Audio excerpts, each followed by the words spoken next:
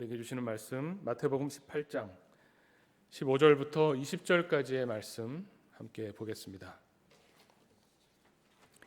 제가 봉독해 올리겠습니다. 내 형제가 죄를 범하거든 가서 너와 그 사람과만 상대하여 권고하라. 만일 들으면 내가 내 형제를 얻은 것이요, 만일 듣지 않거든 한두 사람을 데리고 가서 두세 증인의 입으로 말마다 확증하게 하라. 만일 그들의 말도 듣지 않거든 교회의 말하고, 교회의 말도 듣지 않거든 이방인과 세리와 같이 여기라. 진실로 너희에게 이르노니 무엇이든지 너희가 땅에서 매면 하늘에서도 매일 것이요, 무엇이든지 땅에서 풀면 하늘에서도 풀리리라. 진실로 다시 너희에게 이르노니 너희 중에 두 사람이 땅에서 합심하여 무엇이든지 구하면 하늘에 계신 내 아버지께서 그들을 위하여 이루게 하시리라. 두세 사람이 내 이름으로 모인 곳에는 나도 그들 중에 있느니라. 아멘. 오늘 말씀을 보면 글쎄요, 이 말씀을 직접 교회에 어떻게 보면 어떤 지침으로 삼고 바로 실생활에 문자 그대로 적용하기는 참 어려운 부분이 있습니다. 오늘 말씀 시작 부분을 보면 형제가 만약에 죄를 범하면, 우리 물론 교회 공동체를 말할 수도 있고요, 이웃을 말할 수도 있는데 여기서는 구체적으로 교회 공동체 안에 있는 형제를 말하는 것으로 보여집니다. 형제가 만약에 죄를 범하고 혹은 나에게 잘못했을 때 어떻게 할 것인가 라고 하는 것을 말씀하시면서, 첫 번째로는 개인적으로 1대1로 그 사람을 만나서 권고하고 설득하고 죄에서 돌이키도록 애를 써야 된다라고 말씀하시죠. 그래도 안 되면 한두 사람 데리고 가서 그 한두 사람과 데리고 간 사람까지 합치면 두세 사람의 입으로 이 사람을 다시 권고하고 설득합니다. 그래도 안 되면 교회에 알려서 교회 공동체 안에서 또 교회의 어떤 그 리더를 통해서 권고하고 권면해서 죄에서 돌이키도록 하는 노력을 기울이라는 겁니다. 그런데 그래도 말을 듣지 않으면 이방인과 세리같이 여겨야 된다. 그래서 마치 이 말씀을 교회의 지침으로 삼고 치리의 원칙으로 삼으면, 3번 권유해서 말 안 들으면 출교다, 이방인과 세리와 같다는 것은 우리 형제자매로 여기지 않겠다는 말이죠. 출교다라고 한다면 그러면 정말 그것은 문자 그대로만 성경을 보는 것이 될 겁니다. 예수님이 그런 의미로 이 말씀을 주시면서 앞으로 교회가 생기고 앞으로 여러 사람이 모여서 예배드리는 공동체가 되었을 때에 문제가 생기면 이 방법으로 해결해라, 이런 말씀으로 주신 것은 아닙니다. 분명히 아닙니다. 왜냐하면 예수님께서 이 복음서를 통해서 우리에게 주시는 말씀은, 예수님의 오직 관심은 하나님의 나라에 있죠. 하나님의 다스리심, 하나님의 통치인데 그 통치가 우리 제자들 공동체에 이루어질 때 그 모습에 어떤 의미가 있는지, 어떤 뜻이 있는지 그것을 알려주시는, 특히 그 원리를 알려주시는 데 관심이 있으시지 이런 어떤 지침을, 세부 사항을 주신 것은 아니라는 겁니다. 그것을 어떻게 알 수 있는가? 바로 오늘 본문 말씀 이어지는 21절 말씀에 보면 베드로가 마침 적당하게 질문을 합니다. 베드로가 뭐라고 하냐면, 주여, 그럼 형제가 내게 죄를 범하면 몇 번이나 용서해 주면 되겠습니까? 아까는 그 3번 정도를 말씀하셨잖아요. 1대1로 개인적으로 찾아가고 두세 명과 함께 가고 안 되면 교회 공동체 안에서 해결을 보라고 하셨는데 몇 번이나 용서해야 되겠습니까? 저는 3번이 아니라 7번. 7번 정도면 충분하겠습니까? 라고 물었을 때 예수님 뭐라고 하십니까? 너무나 잘 아는 말씀이죠. 7번을 70번까지라도 해야 된다, 이렇게 말씀하십니다.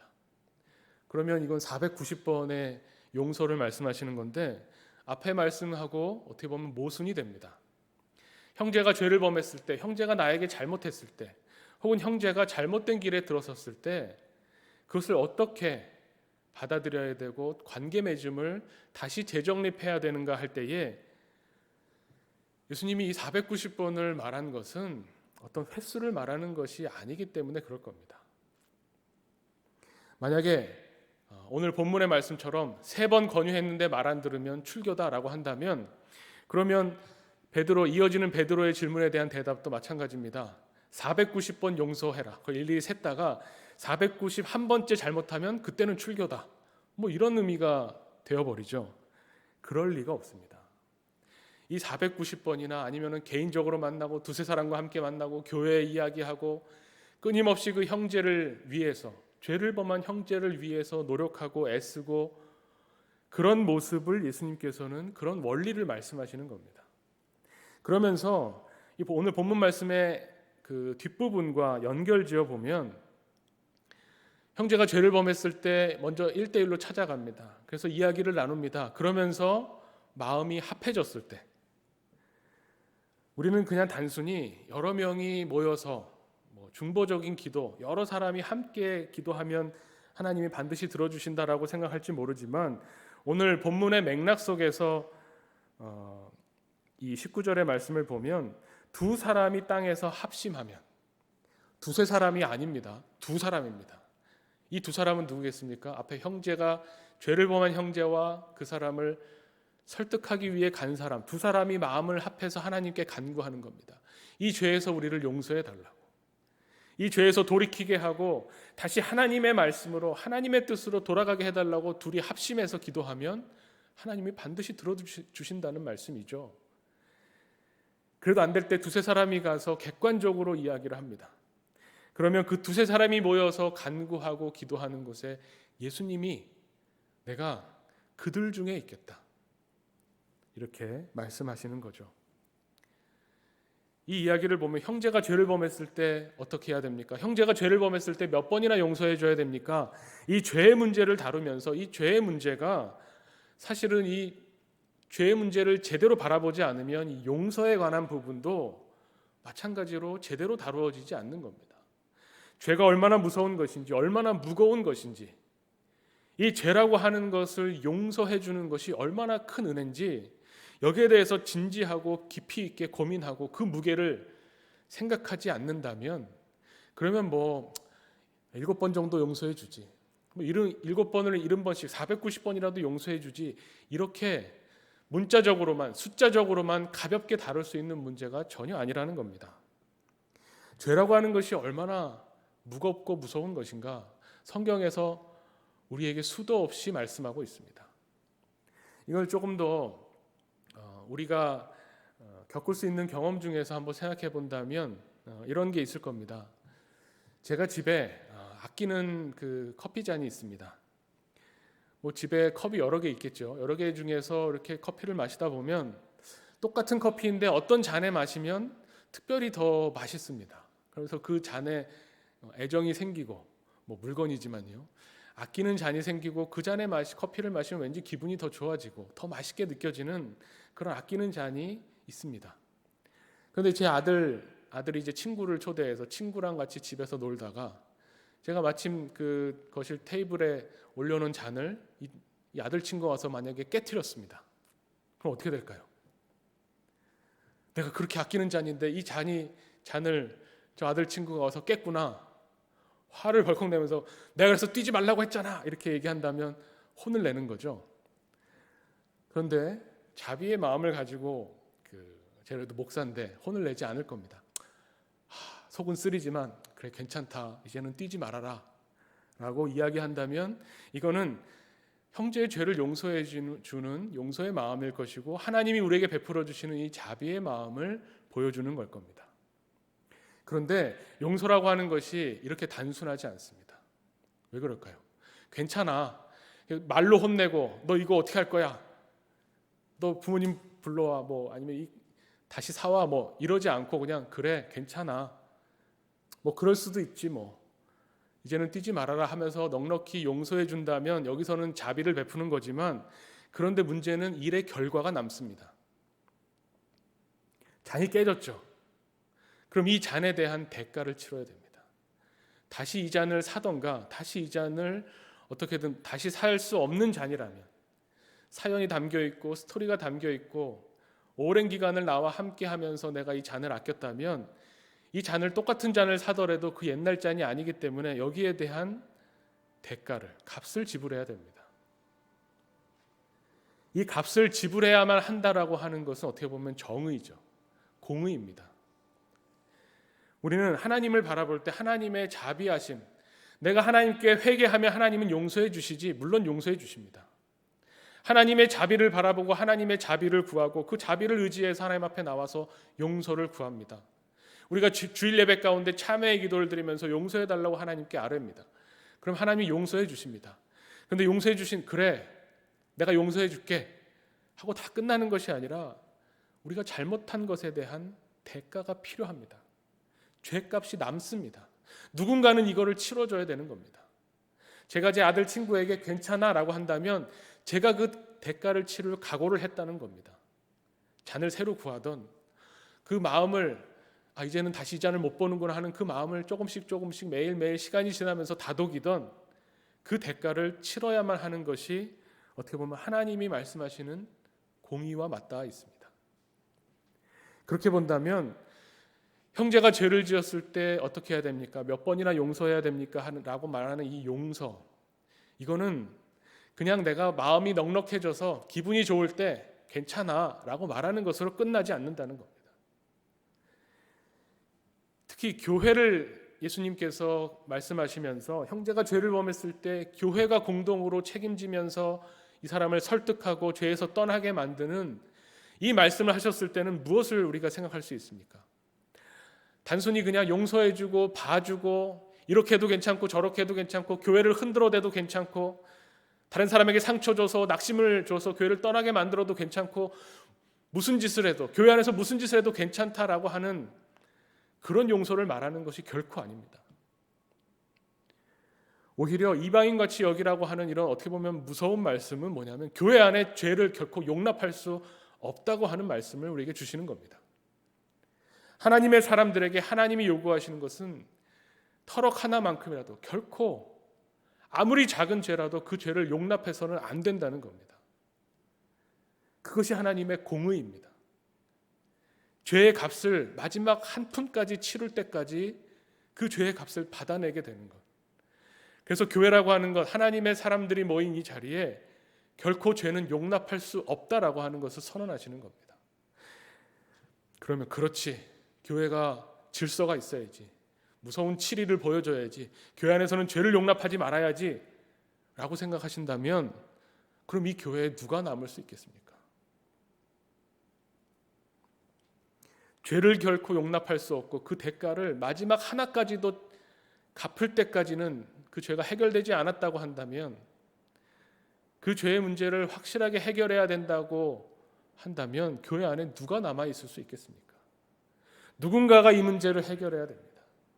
누군가가 이 죄의 문제를 대가를 치러서 끝을 내야 됩니다. 그분이 바로 예수 그리스도죠. 예수 그리스도가 대신 지불하시는 이 죄의 값, 하나님의 자비하심으로 용서해 주시고 끝없이 받아주시는 하나님의 자비를 우리는 바라보지만, 그렇지만 마지막 하나까지도 그 죄의 값을 대신 지불해 주셔서 하나님과의 관계가 회복되게 하시는 예수 그리스도의 이 십자가의 은혜를 우리는 반드시 기억하고 알아야 된다는 겁니다. 그것을 잊어버리면 이 용서는 그냥 싸구려 용서가 돼버리고 맙니다. 기분 좋을 때 해주는 용서, 대가는 생각하지 않고 대가를 치를 마음도 없으면서 그냥 말로만 해주는 용서로 그치게 됩니다. 죄의 문제, 그리고 그 죄의 문제를 해결하기 위한 용서의 문제가 나올 때 오늘 본문의 말씀을 더 제대로 보려면 이 마태복음 18장에 처음부터 끝까지 흐르고 있는 이 흐름을 봐야 됩니다. 마태복음 18장은 1절부터 마지막 절까지 하나의 덩어리로 이야기가 진행되고 있습니다. 갑자기 왜 형제의 죄 문제가 나오고 이걸 용서해 줘야 된다라는 이야기가 나오는가? 이 18장을 처음 시작할 때에 제자들이 질문을 하나 던집니다. 주제가 있습니다. 형제의 죄에 대해서, 이 죄를 용서하는 것에 대한 이 주제가 어디서부터 나오냐면 18장 1절에 보면 제자들이 예수님께 와서 질문을 던지는데, 천국에서는 누가 큰 사람입니까? 라고 질문을 던지는 거에서부터 시작했다는 겁니다. 이 흐름이 있습니다. 천국에서는 누가 큰 사람입니까? 이 질문을 다시 바꿔서 생각하면 요즘 우리가 하는 질문으로 생각한다면 어떻게 될까요? 우리 그리스도인들 중에, 우리 기독교인들 중에 성공한 사람이 누굽니까? 기독교인 중에 모범이 될 만큼 큰 사람, 성공한 사람은 어떤 사람입니까? 라는 질문하고도 같겠죠. 하나님의 나라에 들어가서 누가 가장 큰 영광을 누리는 사람, 누가 가장 예수님 옆에 바짝 붙어서 예수님 가까이 있는 사람입니까? 라는 질문입니다. 그런데 이 질문에는, 제자들이 이 질문을 던질 때 우리가 또 이왕 기독교인이 됐으니, 이왕 예수님 믿었으니 성공하는 기독교인이 돼야지라고 생각하는 우리의 마음에 깔려있는 생각이 뭡니까? 우리는 천국 간다죠. 우리는 천국에 가고 나만 가는 게 아니니 여러 사람이 있으니 그 중에서 비교해 봤을 때 누가 큰가? 누가 성공한 사람인가? 이거를 따져보겠다는 겁니다. 나는 반드시 하나님 나라 천국에 들어간다라는 전제를 깔지 않고서는 나올 수 없는 질문이죠. 여기에 대해서 예수님 뭐라고 말씀하십니까? 어린아이와 같이 나를 낮추는 사람이 큰 사람이다. 대답은 한번 해주세요. 그런데 재밌는 것은 18장을 쭉 읽어보면 누가 큰 사람입니까? 했을 때 어린아이 같은 사람, 어린아이 같이 자기를 낮추는 사람이라고 대답은 해주시고 바로 이어서 그런데 또 누구든지 어린아이와 같이 낮추는 이런 어린아이 같은 사람을 영접하면 그것이 곧 나를 영접하는 것이다 라고 말씀하시면서 작은 자에 대한 이야기를 쭉 이어가세요. 이 작은 자를 실족시키면 차라리 그 연자맷돌을 목에 걸고 바다에 빠지는 게 낫다. 이 작은 자를 실족시키거나 이 작은 자를 잃어버리면 그것은 하나님의 뜻이 아니다라는 말씀을 하십니다. 그래서 뒤에 보면 잃은 양 한 마리, 99마리보다 잃은 양 한 마리가 귀하다. 이 잃어버린 작은 양, 이 작은 자 한 사람을 잃어버리는 것은 하나님의 뜻이 아니다라고 말씀하시는 겁니다. 이 제자들의 질문과 예수님의 답이 참 재밌습니다. 왜냐하면 제자들은 누가 큰 사람입니까? 물었는데 예수님은 작은 자에 대해서만 계속 이야기하십니다. 예수님은 하나님 나라에서 천국에서 큰 자에게 별로 관심이 없으세요. 하나님의 나라는, 하나님의 마음은, 그 관심은 작은 자에게 가 있다는 겁니다. 이 작은 자를 잃어버릴까 봐 하나님이 노심초사하시면서 이 작은 자에게 관심 쏟으시고 이 작은 자를 잃어버리지 않기 위해서 애쓰고 계신다는 것이 예수님의 대답입니다. 그러면서 나온 것이 형제가 죄를 범했을 때 어떻게 해야 될까? 형제가 죄를 범했을 때 이 형제를 잃어버리지 않기 위해서 과연 어떻게 해야 되는가를 말씀하시는 거죠. 그러면서 용서를 이야기하시는 겁니다. 용서해 줘야 된다. 그 형제를 잃어버리지 않게. 죄를 범한 형제는 천국 가면 작은 자일 수 있겠죠. 제자들의 기준이나 우리의 기준에서 본다면 죄를 안 지어야 큰 사람일 것이고 죄를 지면 작은 자일 텐데 이 작은 자에 대한 관심, 이 작은 자를 받아들이고 용납하기 위한 관심을 이야기하십니다. 그런데 이것이 이 작은 자를 우리가 받아들이고 용서하고 용납하는 데 있어서 우리는 그럴 힘이 없다는 겁니다. 우리는 우리에게 잘못한 사람을 용서할 수 있는 능력이 없습니다. 그 사람을 이해하고 그 사람의 입장에 서서 그 사람의 죄를 정말 내 마음, 내 죄인 것처럼 여기면서 마음 아파하면서 주님 앞에 나와 간구하는 그것이 합심이잖아요. 그 사람이 내 형제와 1대1로 만나서 그러면 안 된다라고 말하면서 그 사람이 지은 죄, 그 입장을 깊이 공감하면서 마음이 합하여져서 안타까운 마음, 아픈 마음, 눈물을 흘리는 그 마음으로 하나님 앞에 같이 기도하는 그 마음을 우리는 감히 품을 수가 없다는 겁니다. 그래서 예수님이 그걸 품을 수 없기 때문에 베드로가 몇 번이나 용서해야 됩니까? 이런 질문이 나오는 거죠. 그 마음이 없기 때문에 제자들이 천국에서는 누가 큰 사람입니까? 라는 비교했을 때 누가 더 큰 사람입니까? 라는 그런 생각을 하게 되는 거죠. 그런 제자들과 베드로를 향해서 예수님이 비유 이야기를 하나 들려주시는 겁니다.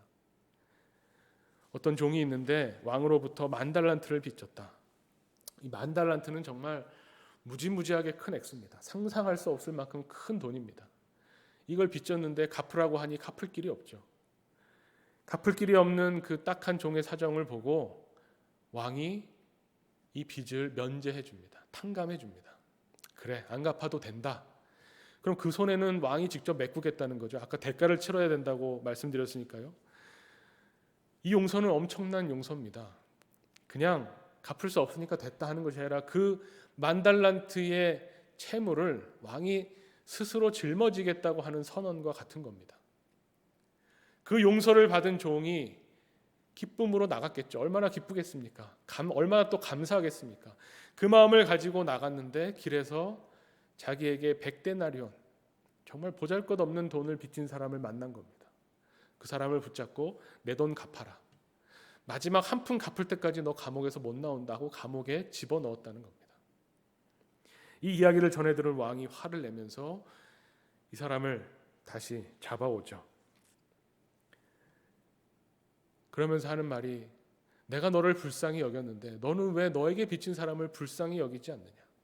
그 사람을 불쌍히 여기는 것이 마땅하다라고 이야기합니다.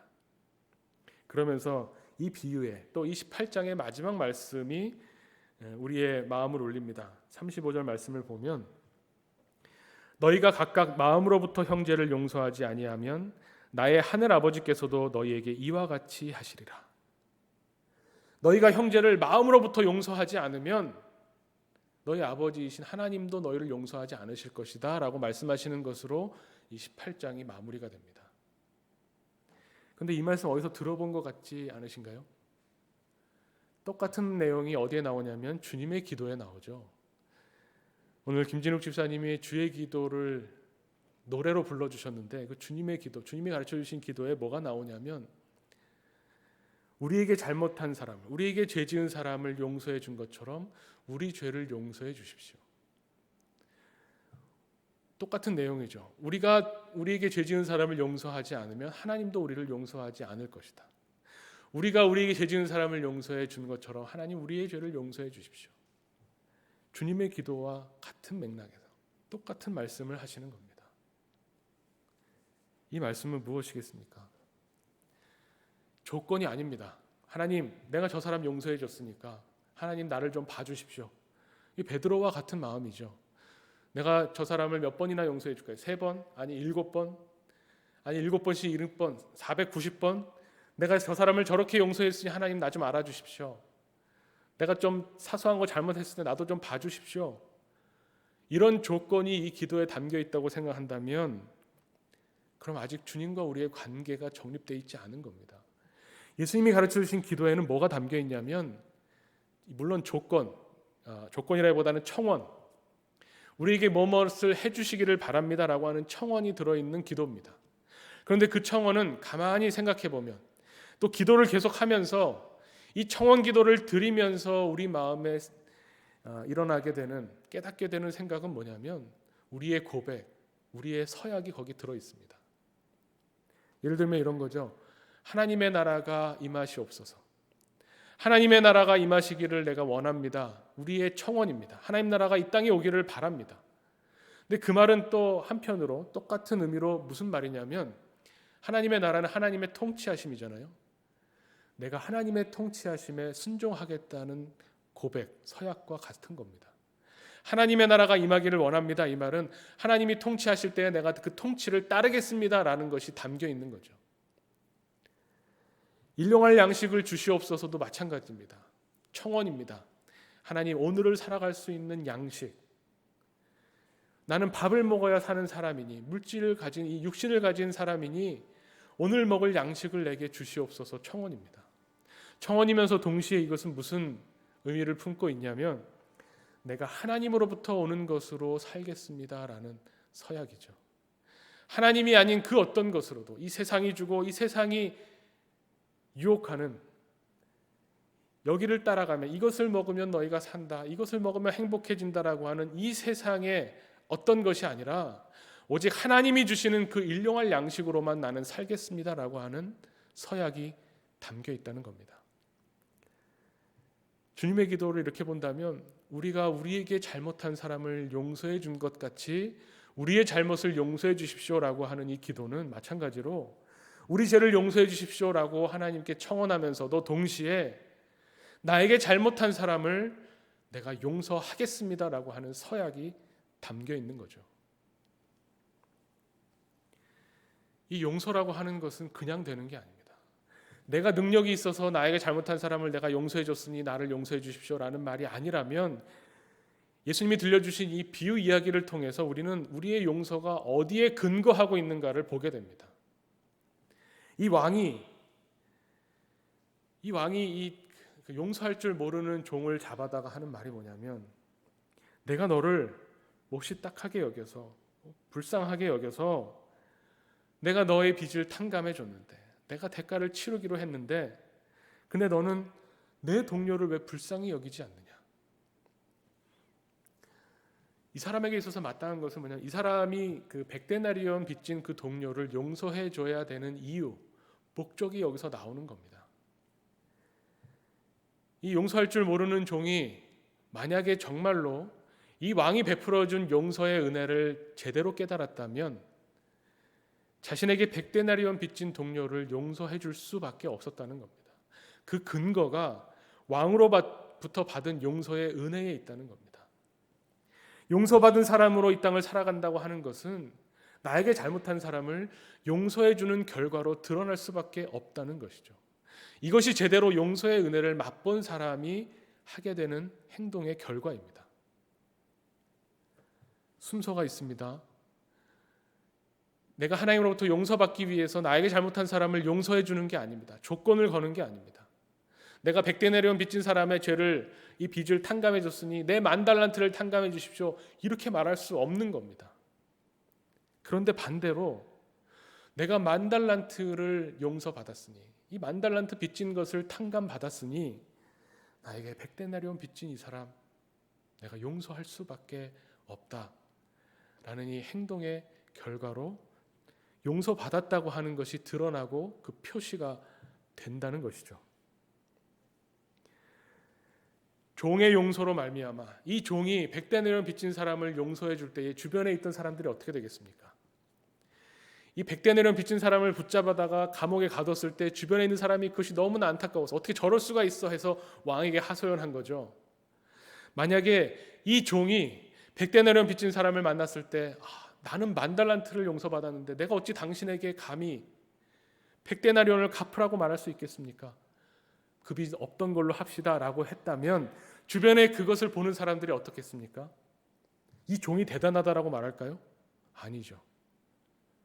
이 종을 용서해 준, 10,000달란트를 탕감해 준 저 왕이 얼마나 대단한 왕이신가, 오히려 주인의 용서가 높임을 받게 됩니다.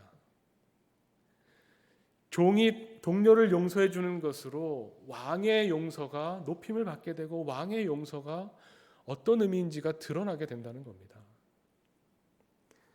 그래서 이 종의 용서의 근거는 왕의 용서를 기반으로 하고 있죠. 오늘 마태복음 18장이 우리에게 들려주고 있는 메시지가 바로 여기에 있습니다.